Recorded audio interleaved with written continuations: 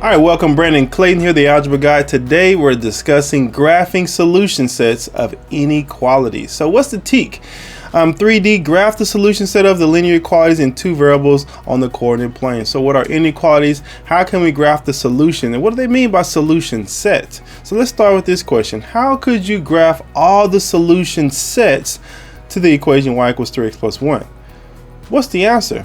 What's the graph? How could you graph that? I know I put solution sets and you're not used to hearing that for something that looks like this. But if I were to graph that, it would be like this. I'll start here with my 1, my y-intercept, and I'll identify the slope as 1, 2, 3 over 1, 1, 2. And there's all this line represents all the solutions for this problem. I could put a 1 here and it'll give me a 4. I could put a 2 here, it'll give me a 7, and so on. This represents all the solutions. And even the fractions, right? If I put a 0.5, it'll give me 2.5 or something like that, whatever it be. But this is telling me all the solutions for that. So why am I saying that? What about inequalities? Inequalities is when you have this greater than, less than, equal to, those types of signs there. Well, it's not necessarily equal to, but it could be greater than or less than and so forth. So how do you graph the solution set to all of these? Y is greater than or equal to 3x plus 1. Well, this is y is equal to 3x plus 1. How do you represent everything that's greater than 3x plus 1? What do you think? Are you thinking like this? Simply shading in everything above that line? Genius, brilliant, fantastic, because that's what you should do. This is representing all the solutions greater than 3x plus 1. And what do I mean by that? Now, this is not just mathy stuff, right? Just think about this. This point right here will make this equation true. If I had an x value of 1, it'll give me 7. This will make that true. If I had a x value of 2, it'll give me 8. And what I mean to make it true. So let's test it. Let's see if that works. Let's use this 1 and 7. So if I put 3 and 1 here, plus 1 is greater than or equal to 7. Let's solve this and see if this is true.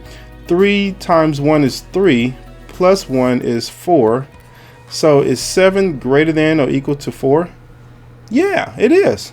And that's how we know that all the solutions up here are true. So if I'm asking that, or if they're asking for you to graph all the solution sets, that's what they mean. I have to shade in everything above that line because all those points will make this inequality true.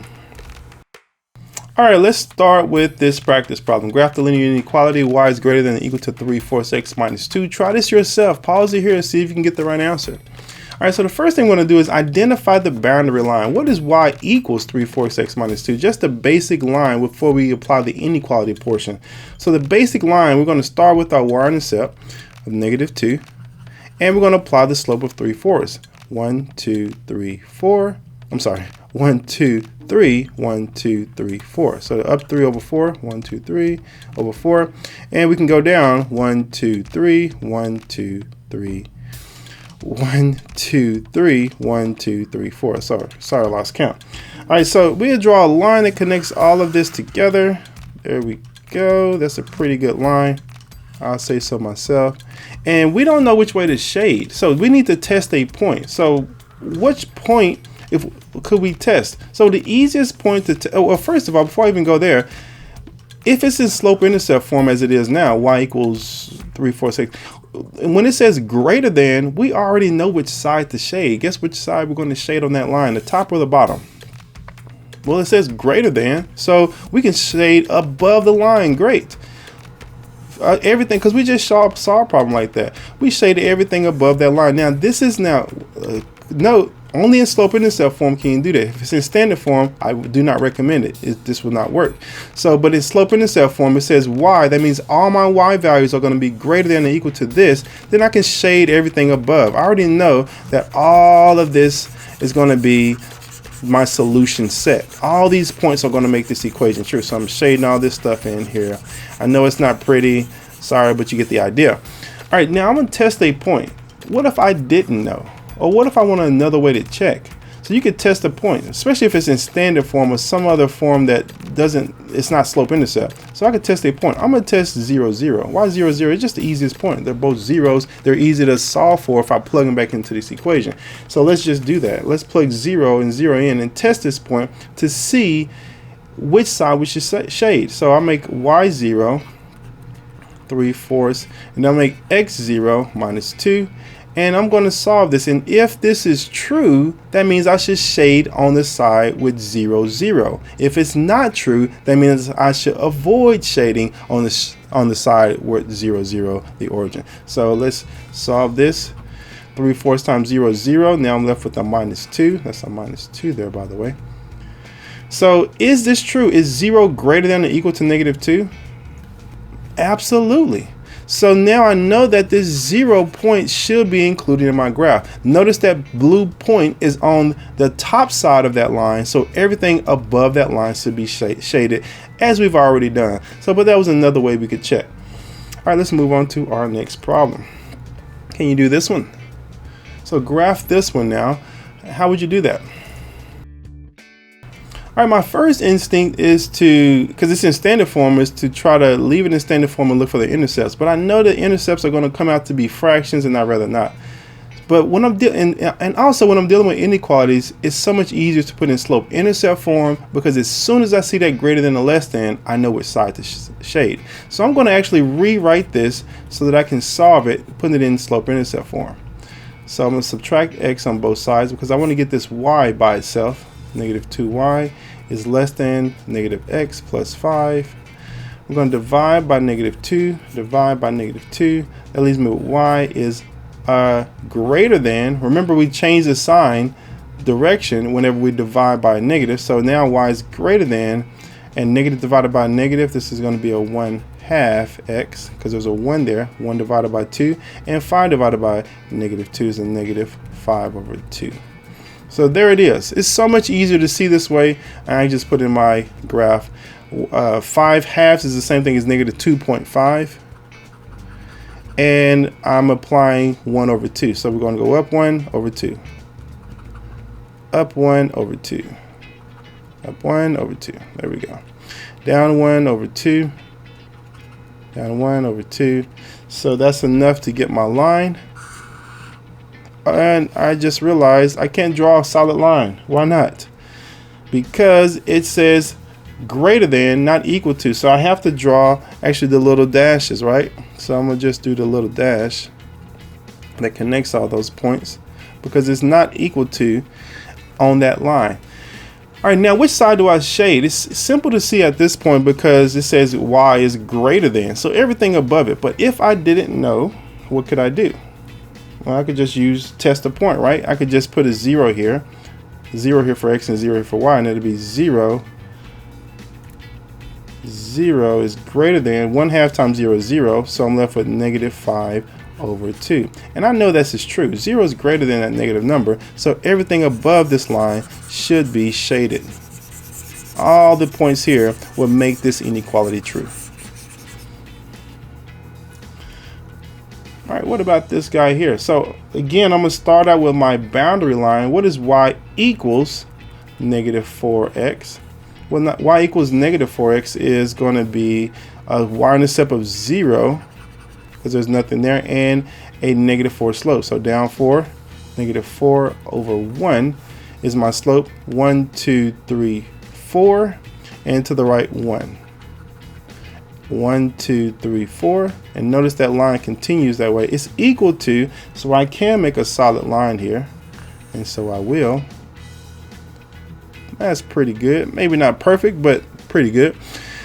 And now let's go back to our inequality. It says y is less than or equal to negative 4x. So less than is below the line here. You could test the point 0, 0, but we're already going through 0, 0, so I will probably use a different point.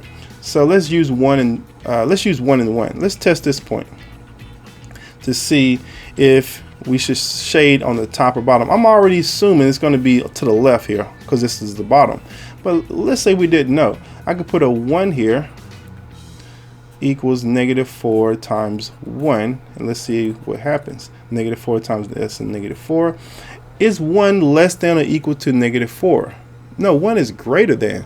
So I'm not going to shade on that side where the point's 1, 1. I'm going to shade on the opposite side. So that's why we should shade over here. All of that beautiful stuff there. Just imagine it's beautifully shaded in, because that's about as good as it's going to get for right now. All right, so our next point.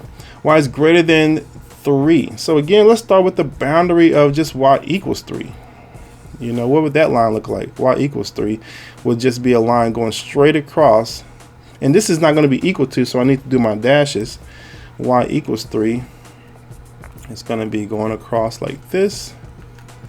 And we want everything that's greater, so which way are we going to shade? To me, this seems pretty clear. Greater than, this y is greater, everything above. Everything above here will be shaded. All right, so we're going to shade all that portion in there. And so that becomes pretty easy to do. Now, what if you actually wanted to test a point here? We don't have an x, but you can still test a point. Let's say you want to test the origin. You want to see if the origin will be included in this. So you can say, well, I have the origin at 0, 0. Well, I can only use that 1, 0. So let's plug it back in here. 0 is greater than 3. Is 0 greater than 3? No, it's not. So we can't include 0, 0 in the solution set of this inequality. So we know it's going to be on the other side of that line.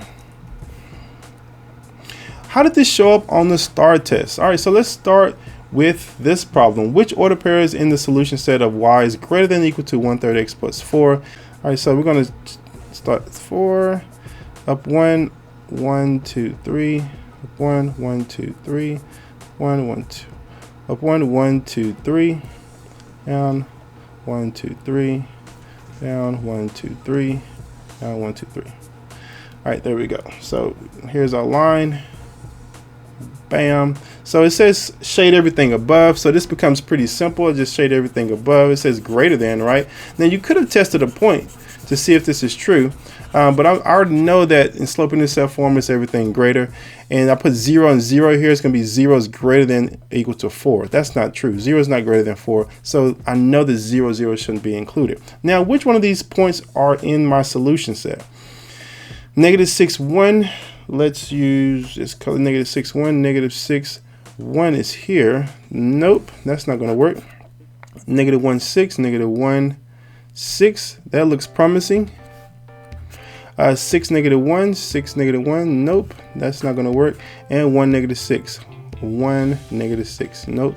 So the only clear option is negative 1, 6. Now, I saved it for the end, but you could have just graphed this in your calculator. You probably already thought about that and did it, but we could graph this in our calculator. So let me go to my calculator and show you how we can do that. So we take out a calculator. Let me erase everything here. All right, when we go to our graph, you'll see it this way. It's a couple of ways you can do this. You could start with this screen. If you press delete right here, it'll give you these options, or you can go to the relation feature and just type it in as it is. So I'm just going to use these options since they're already here, and I'll say greater than or equal to is what I'm looking for. 1/3 x plus 4. So plus 4, and watch what happens. So look, it's actually going to give me these points, and you can look on here yourself and decide if negative 6, 1 is here, and so on and so forth. So it becomes pretty simple. You can save yourself some time from graphing. All right, our next problem. Again, you could put this in your graph and check which one is the right answer. And to save us time, I'm going to do just that. There's no reason. Actually, it's so easy to look at, but I can check it with my calculator. So I'm just going to look at this one. I already can eliminate some answers, right? Because it says equal to. So this is not equal. Dotted lines are not equal to. Can't be that. So these dash is not going to equal to. And this one says y is greater than or equal to. It's in slope intercept form, so I know that I can trust that if it's above that line, it's represented correctly. So B and C, which one is above? Which one is shaded above the line? Well, there you go. It's pretty simple. So we didn't have to use our calculator, but use it to double check it if you want to. But the answer is pretty easy to find there. This is one that you may want to use the calculator for because it's in standard form, and you may not want to do that. However, let's see if we can find a way where we don't have to. So what do I mean? Let's look and think. We got an equal sign here, and they gave us dash lines. So half of the answers go away immediately because this is supposed to be equal, not equal, as you see in these dash lines. So now I'm just between B and C. Look at that. Just that simple because I understand what this equal sign is supposed to display. Now, which side is shaded? They both give me the same line. How can I figure out which side is correctly shaded? I hope you're saying a 0, 0 test, because you're right. So if I put a 0, if I test the origin and I put 0, 0 here, this would give me 0 and 0 here. Well, 0 times anything is 0. So now I have 0 is less than or equal to 112. All you have to do now is answer the question, is that true? Is 0 less than or equal to 112? And it is. So the origin should be included in the solution set. It's not included here. It is included here. We're done. No use for a calculator. Didn't even have to put that in slope intercept form. Why? Because you knew how to find the tested origin and find the correct solution set. So good for you. That is it. Did we do it all? We graphed the solution set of linear inequalities. And guys, you did a phenomenal job. Look, my name is Brandon Clayton, the Algebra Guy, and I will see you next lesson.